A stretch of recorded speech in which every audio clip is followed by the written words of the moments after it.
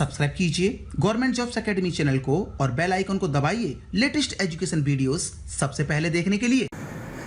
नमस्कार, मैं सुधीर कुमार त्रिपाठी आपके सामने फिर से उपस्थित हुआ हूं गवर्नमेंट जॉब के प्लेटफॉर्म पर। आपको जैसा पता है कि मैं एक जनरल साइंस का टीचर हूं और आपके सामने जनरल साइंस पढ़ाने के लिए आता हूं।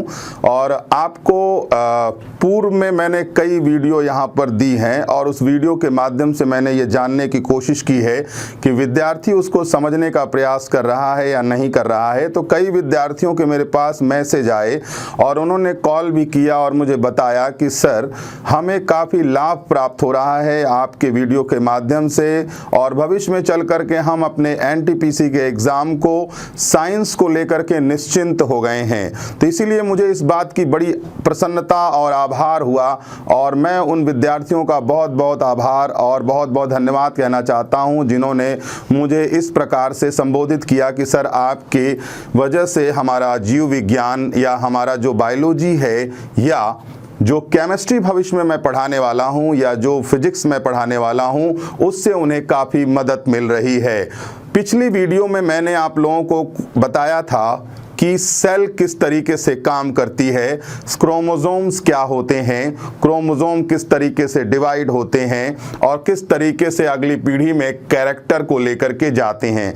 जैसा कि मैं आपको पहले भी बता चुका हूं, गवर्नमेंट जॉब के प्लेटफॉर्म पर हम भविष्य में चलकर एक ऐसा विस्फोट करने जा रहे हैं शिक्षा जगत में, जो भविष्य में आपको घर बैठे एक ऐसी उम्मीद जगेगी कि आप महंगे महंगे शहरों में आकर के अगर आप यहाँ नहीं पढ़ना चाहते हैं तो हम आपको उन बड़े बड़े अध्यापकों को आपके घर तक पहुंचाने का प्रयास करेंगे जो आपकी तैयारी में भरपूर मदद करेंगे।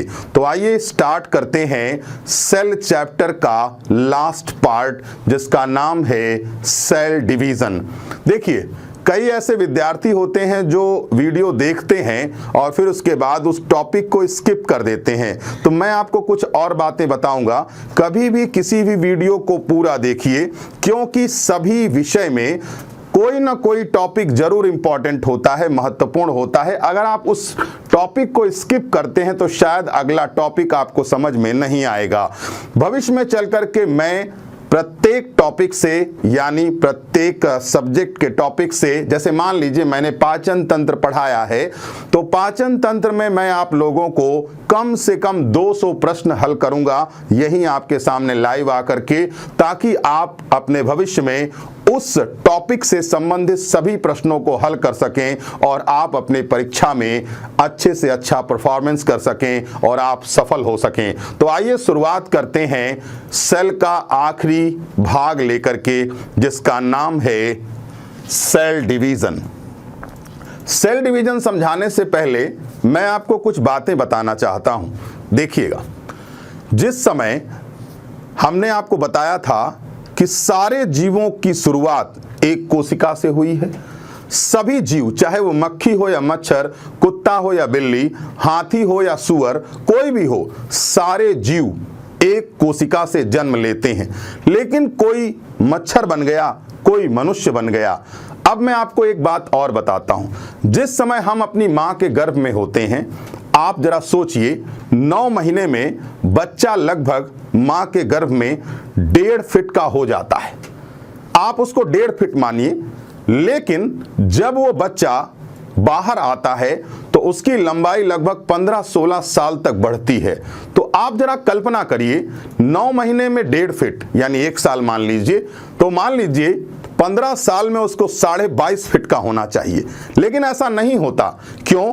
क्योंकि जिस समय हम अपनी मां के गर्भ में होते हैं उस समय कोई और विभाजन होता है और जिस समय हम बाहर होते हैं उस समय हमारे शरीर में कोई और विभाजन होता है, कोई और डिवीजन होता है। देखिएगा, ये मान लीजिए बैक्टीरिया है। बैक्टीरिया क्या हुआ? इसकी शुरुआत एक कोशिका से हुई। जब ये जी रहा था तो भी एक कोशिका है और जब ये मर गया तो एक कोशिका है। लेकिन हमने जब शुरुआत की तो हमारी सेल एक थी। हमने 1 का 4 बनाया, 4 का 16 बनाया, 16 का 64 बनाया और आज की डेट में हमारे शरीर में लाखों अरबों करोड़ों कोशिकाएं हैं। तो इसका मतलब ये हुआ कि हमारी शुरुआत भी एक कोशिका से हुई, लेकिन हमने विभाजित करके अपनी सेल को कई संख्या में बना लिया। तो सुनिएगा, डिवीजन क्यों होता है? डिवीजन शरीर को बढ़ाने के लिए होता है। आपको पता होगा, चूहा है, हाथी है और मान लीजिए मनुष्य या मैं हूं। चूहे में भी शुरुआत एक कोशिका से हुआ, हाथी की भी शुरुआत एक कोशिका से हुई और मेरी भी शुरुआत एक कोशिका से हुई। लेकिन वो एक कोशिका इतनी विभाजित हुई कि छोटा सा चूहा बन पाया और वही एक कोशिका इतनी विभाजित हुई कि हमारा शरीर बन पाया और एक कोशिका इतनी ज्यादा विभाजित हो गई कि हाथी हो गया। तो इसका मतलब ये होता है कि एक ही कोशिका संख्या में जितनी ज्यादा विभाजित होगी, शरीर भी उतना ज्यादा बड़ा होता हुआ चला जाएगा। तो आइए आपको अब आगे बताते हैं विभाजन से संबंधित कुछ चीजें। सबसे पहले तो ये याद रखिएगा कि डिवीजन हमेशा किस चीज का होगा? क्रोमोसोम का होगा। यानी जिसमें भी सूत्र है वह डिवीजन होगा और जिसमें सूत्र नहीं है वो भी डिवीजन होगा। लेकिन हम लोगों की प्रत्येक कोशिका में, जैसे मान लीजिए एक प्रश्न पूछा गया कि हाथ से कोई कोशिका निकाली गई, हाथ से कोई सेल निकाली गई, इसमें कितनी गुणसूत्र हैं? तो आपका उत्तर होना चाहिए every cell of human body have 46 number of chromosome.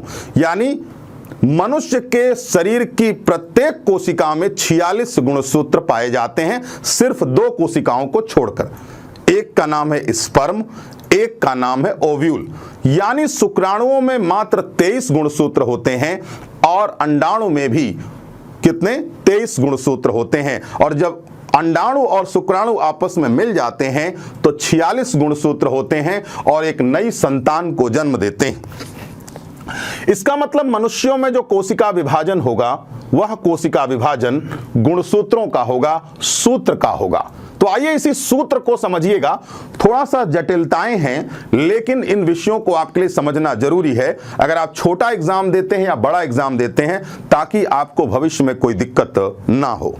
देखिएगा, टाइप्स ऑफ सेल डिवीजन, कोशिका विभाजन के प्रकार। तो कोशिका विभाजन 3 प्रकार की होती है। कोशिका विभाजन 3 प्रकार की होती है, ध्यान रखिएगा। आपको पता होना चाहिए असूत्री विभाजन। तो देखिए, असूत्री विभाजन में एक चीज तो सत्य है, असूत्री विभाजन किसमें नहीं पाया जाएगा? तो डेफिनेटली मनुष्य में असूत्री विभाजन नहीं होता, क्योंकि मनुष्य में कैसा डिवीजन होता है? गुणसूत्र का विभाजन होता है। और असूत्री का मतलब हुआ कि इसमें गुणसूत्र नहीं पाया जाता। पाया तो जाएगा लेकिन यहां गुणसूत्र विभाजित तो नहीं होगा। तो बेटा ध्यान रखना, असूत्री विभाजन किन जीवों में पाया जाता है? तो उसका नाम है क्या? बैक्टीरिया। लेकिन हम लोगों के शरीर में यह दोनों डिवीजन पाए जाएंगे। एक का नाम है समसूत्री और एक का नाम है अर्धसूत्री। अब देखिएगा, जरा ध्यान से समझिएगा चीजों को। ये मान लीजिए समसूत्र है। क्या है ये? समसूत्र। अब आपके सामने मैं कुछ बनाता हूं, ये देखो। पिछली क्लास में मैंने एक ऐसा स्ट्रक्चर बनाया था, डीएनए का था मान लीजिए, आप इसको सूत्र मान लीजिए। अब एक काम करते हैं, इस धागे को हम बराबर भागों में अलग कर दे। सम मतलब क्या हुआ? समान। सम मतलब सिमिलर। अब हमने इसको अलग कर दिया, तो अलग किया तो क्या हुआ? एक अलग हो गया लाल और एक क्या हो गया? नीला अलग हो गया।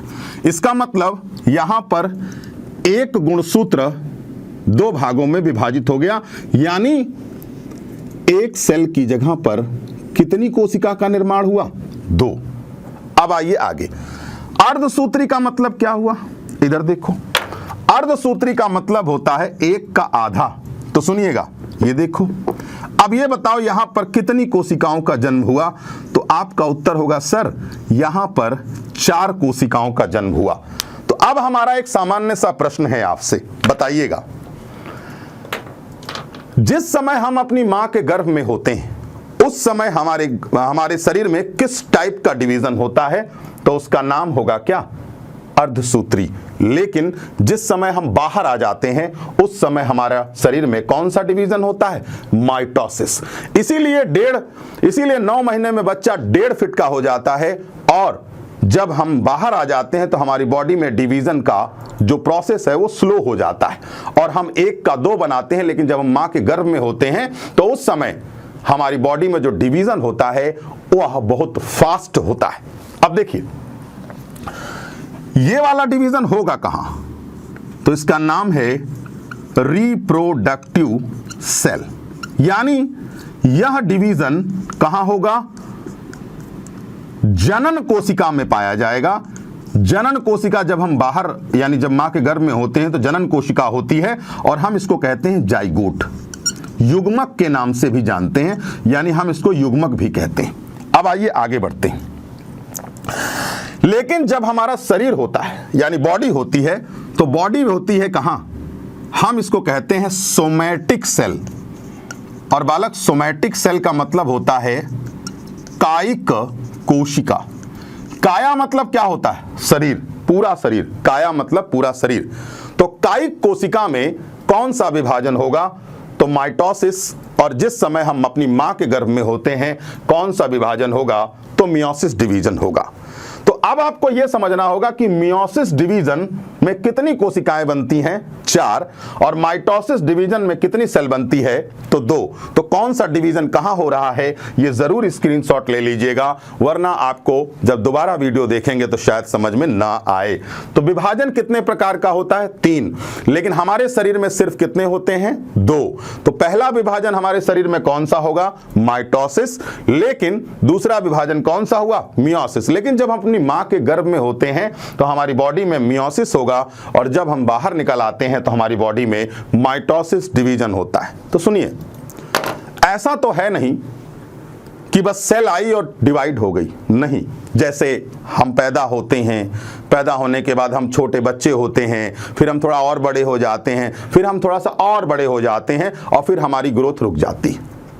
इसका मतलब यह हुआ कि डिवीजन की भी अपनी क्या होंगी, स्टेजेस होंगी, अवस्थाएं होंगी। तो देखिए कैसे गुणसूत्र अलग होता है और कैसे एक कोशिका से 2 कोशिका का निर्माण हो जाता है। तो आपके सामने ये देखो बना हुआ है स्टेजेस ऑफ माइटोसिस, यानी इस विभाजन की अवस्था, एक कोशिका से 2 कोशिका बनने की अवस्था। सुनिएगा, पहली अवस्था का नाम क्या है, प्रोफेज, दूसरी का नाम क्या है, मेटाफेज, और तीसरे का नाम क्या है, एनाफेज, चौथे का नाम क्या है, टीलोफेज, और लास्ट का नाम क्या है, साइटोकाइनेसिस। ध्यान से समझिएगा, एग्जाम के प्रश्न हैं, ये जो प्रश्न है उनके उत्तर लिखे हुए। पहली अवस्था में देखोगे कुछ नहीं होगा, प्रोफेज में या इंटरफेज में केवल और केवल केंद्रक विलुप्त हो जाएगा, केंद्रक झिल्ली विलुप्त हो जाएगी, तो दोनों को खींचने में आसानी होगी। तो देखिए decline of nuclear membrane, exam में क्वेश्चन पूछा जाता है, ये बताइए कौन सी ऐसी अवस्था है, कौन सा ऐसा स्टेज है जिसमें डिक्लाइन हो जाती है न्यूक्लियर मेम्ब्रेन। तो केंद्रक झिल्ली किसमें विलुप्त होती है, तो उस अवस्था का नाम है क्या, प्रोफेज। अब मान लीजिए ये आपकी झिल्ली हट गई, तो अब ये स्वतंत्र हो गए आगे बढ़ने के लिए। तो देखिएगा, ये गुणसूत्र है और ये गुणसूत्र है, ये है आपका सेंट्रोसोम। सेंट्रोसोम हमेशा सेल डिवीजन में मदद करता है, इसलिए इस शब्द को ध्यान दीजिएगा।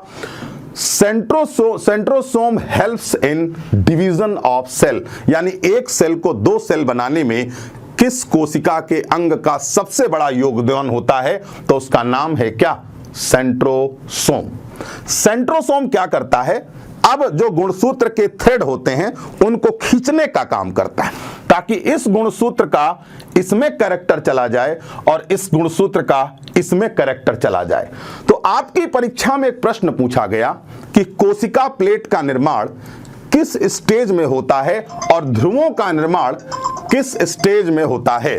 तो ध्रुवों का निर्माण किस स्टेज में होगा, मेटाफेज में, और फॉर्मेशन ऑफ प्लेट किस अवस्था में होगा, तो उसका नाम है क्या, मेटाफेज। अब क्या हुआ, अब ये सारी चीजें गायब हो जाएंगी और अब आपका गुणसूत्र विभाजित हो चुका है।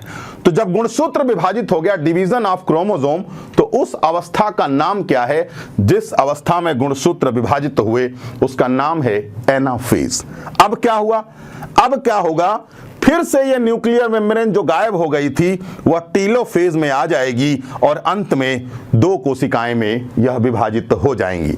तो हमारे कहने का मतलब इन अवस्थाओं को जरूर याद रखिए। अब बेटा एक बात और याद रखो, किसी भी डिवीजन में सबसे इंपॉर्टेंट है कि सबसे ज्यादा समय किसमें लगता है, तो प्रोफेज अवस्था में, और सबसे कम समय किसमें लगता है, साइटोकाइनेसिस अवस्था में। मान लीजिए हमको घाव लग गया, मान लीजिए हमको चोट लग गई, हमको चाकू से कट गया, किसी ने मार दिया तो कट गया, तो उस अवस्था में हमारे शरीर में कोशिका यानी इतना सारा मांस निकल गया। हम उस आदमी से जब 20 दिन 50 दिन 1 साल बाद मिले तो हमने देखा उसके हाथ में जो गड्ढा हो गया था घाव के कारण वो भर गया है। तो हमने देखा कि उसके शरीर में जो घाव भरता है उस घाव के भरने में कौन सा डिवीजन मदद करता है, तो उस डिवीजन का नाम है माइटोसिस डिवीजन। यानी समसूत्री विभाजन के द्वारा हमारे शरीर में घाव भर जाता है और हाँ, हमारे शरीर में जो टूट फूट होती है उसकी मरम्मत करने का काम भी कौन से डिवीजन के द्वारा होता है, तो उसका नाम है क्या, माइटोसिस डिवीजन। अब मैं आपको और विस्तार पे नहीं जाऊंगा, फिर भी मैं आपको कुछ बताता हूं, ध्यान से सुनिएगा। जिस समय हम अपनी मां के गर्भ में थे माइटोसिस डिवीजन, लेकिन जब हम बाहर आए तो मियोसिस डिवीजन हुआ। लेकिन माइटोसिस डिवीजन की भी अपनी अवस्थाएं होती हैं। अब बेटा इधर ध्यान देना, अगर मैं प्रोफेज फर्स्ट लिखूं, मेटाफेज फर्स्ट लिखूं, एनाफेज फर्स्ट लिखूं, टीलोफेज क्या फर्स्ट लिखूं, इसके बाद इसी को हम रिपीट कर देते हैं, सेकेंड सेकेंड सेकेंड सेकेंड। तो इसका मतलब तो यही हुआ ना, और साइटोकाइनेसिस की जगह पे हमने डाइकाइनेसिस का नाम दे दिया। तो मालूम है क्या होगा, 1 का यहां पे कितना हुआ, 2 2 2 2 और 2 का कितना हो गया, सीधा सीधा 4। तो कुल मिलाकर के ये जो मैंने आपको बताया है यह अवस्था किसकी है, मियोसिस की। यानी जो माइटोसिस की अवस्था है उसी को हम 2 बार कर दें तो उस अवस्था को हम कहते हैं क्या, मियोसिस डिवीजन। तो इसीलिए आप माइटोसिस में ही मियोसिस को समझ लीजिए। इन शब्दों को जरूर याद कर लीजिए, किस अवस्था में कौन सा कार्यक्रम संपादित होता है, इससे आपको यह पता चल जाएगा कि डिवीजन हम क्या जानते हैं। यह भी ध्यान रखिए माइटोसिस किसमें होता है, अमाइटोसिस हमारे में नहीं पाया जाएगा, क्योंकि हम किस चीज का डिवीजन करते हैं, क्रोमोसोम का डिवीजन करते हैं। तो इसलिए आप लोगों को उम्मीद करता हूं यह वीडियो पसंद आया होगा। इसका नाम है सेल डिवीजन या कोशिका विभाजन। थोड़ा सा मैं डीप स्टडी कर रहा हूं और डीप स्टडी करवा भी रहा हूं, इसलिए मैं उम्मीद करता हूं कि आपको ये वीडियो समझ में आया होगा। कुछ विद्यार्थी इन सब चीज़ों को शायद ना पसंद कर रहे होंगे, ना तो लाइक कर रहे होंगे, मुझे मालूम है, क्योंकि यह थोड़ा सा बृहद ज्ञान के रूप में मैं आपके सामने रख रहा हूं।